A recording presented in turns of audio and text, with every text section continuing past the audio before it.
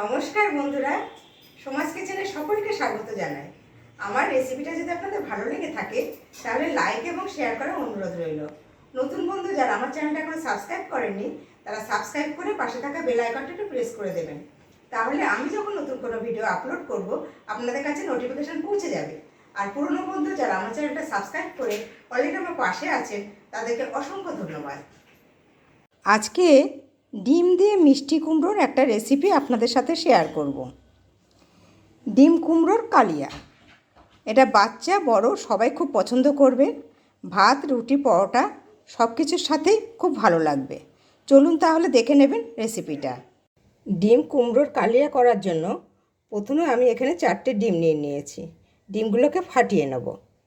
ডিম 4টে ফাটিয়ে নিয়েছি। এবার এর মধ্যে দিয়ে দেব পরিমাণ মতো লবণ, খুব সামান্য দিলাম হলুদ, আর অল্প লঙ্কার গুঁড়ো দিয়ে ডিমটাকে ফেটিয়ে নেব।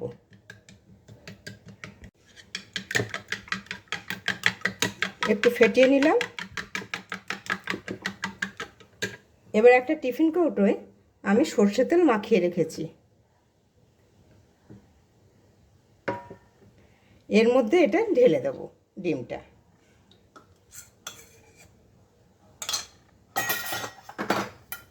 ঢাকাটা আটকে দিলাম। ডিমটাকে ভাপে বসানোর জন্য জল গরম বসিয়ে দিয়েছি কড়াইতে। এবার একটা এরকম স্ট্যান্ড দিয়ে দেব। এবার টিফিন কৌটোটা বসিয়ে দেব। স্ট্যান্ডটা দেওয়ার কারণে টিফিন কৌটোর ভেতরে জলও ঢুকবে না আর টিফিন কৌটোটা লাফাবেও না। এবার 15 মিনিটের জন্য ঢাকা দিয়ে দিলাম। ডিম ভাপানোটাকে ঠান্ডা করে আমি বের করে নিয়ে এরকম পিস করে কেটে নিয়েছি। আর এদিকে আলু কুমড়ো ডুমো ডুমো করে কেটে নিয়েছি। আমি আলুর পরিমাণটা কম দিয়েছি, কুমড়োটা বেশি দিয়েছি। আপনারা আলু পছন্দ করলে সমান পরিমাণে দিতে পারেন। কড়াইতে অল্প সরষের তেল দেব। তেলটা গরম হলে ডিমটা ভেজে নেব। এটা গরম হয়ে গেছে। এবার ডিমগুলো দিয়ে দেবো।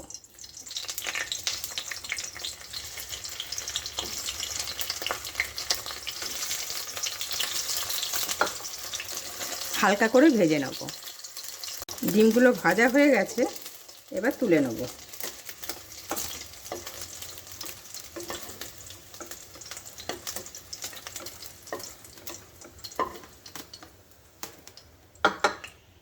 এবার ওই তেলের মধ্যে আলু আর কুমড়ো দিয়ে ভেজে নেব।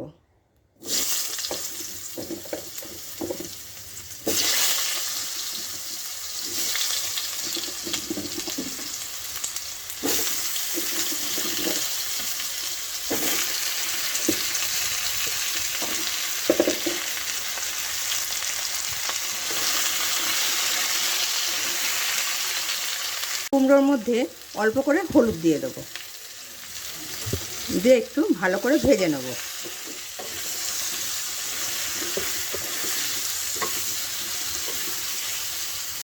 আলু কুমড়ো খুব ভালো করে ভাজা হয়ে গেছে লাল করে।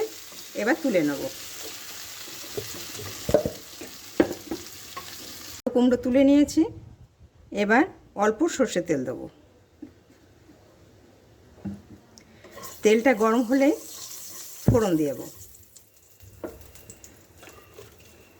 এবার ফোড়নটা দিয়ে দেবো। তেল গরম হয়ে গেছে। দিলাম 2টো তেজপাতা, 2টো শুকনো লঙ্কা আর হাফ চামচ জিরে। ফোড়নটা একটু ভাজবো। ফোড়নটা খুব সুন্দরভাবে ভাজা হয়ে গেছে। এবার দিয়ে দেবো একটা বড় সাইজের পেঁয়াজ কুচি, দিয়ে একটু ভাজবো।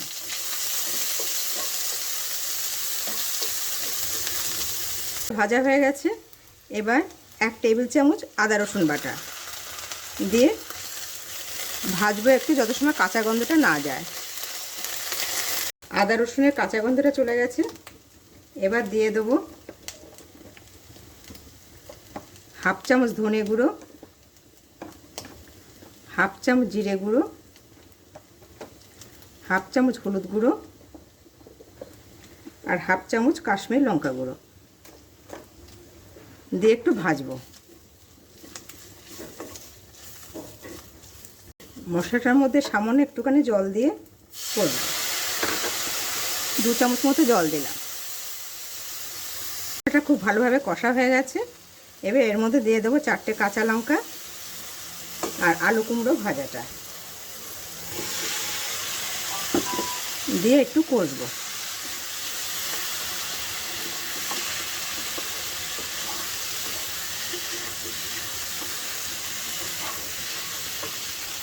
দিয়ে দেবো পরিমাণ মতো লবণ আর চিনি দেবো 1/2 চা চামচ। আপনারা মিষ্টি পছন্দ না করলে চিনিটা বাদ দিয়ে দেবেন। খুব ভালো করে মিশিয়ে নিলাম। এবার আলু কুমড়ো সিদ্ধ হওয়ার মতো জল দিয়ে দেবো।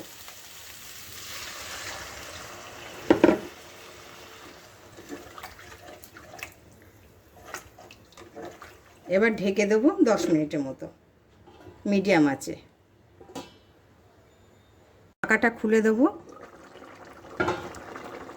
দিয়ে ভাজা ডিমটা দিয়ে দেবো। কুমড়ো আলু সিদ্ধ হয়ে গেছে। এবার ডিমটা দিয়ে আবার একটু সময় ঢেকে রাখবো। ডিমটা দিয়ে 5 মিনিট ঢেকে দিয়েছিলাম।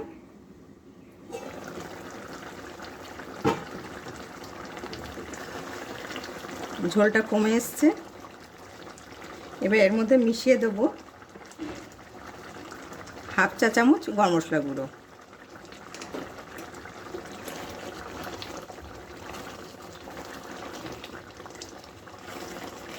হয়ে গেছে আমাদের। এবার নামিয়ে দেবো, গ্যাস অফ করে দিলাম। আমার ডিম কুমড়োর কালিয়া রেডি। আবার আসবো নতুন কোনো রেসিপি নিয়ে। সকলে ভালো থাকবেন, সুস্থ থাকবেন। নমস্কার।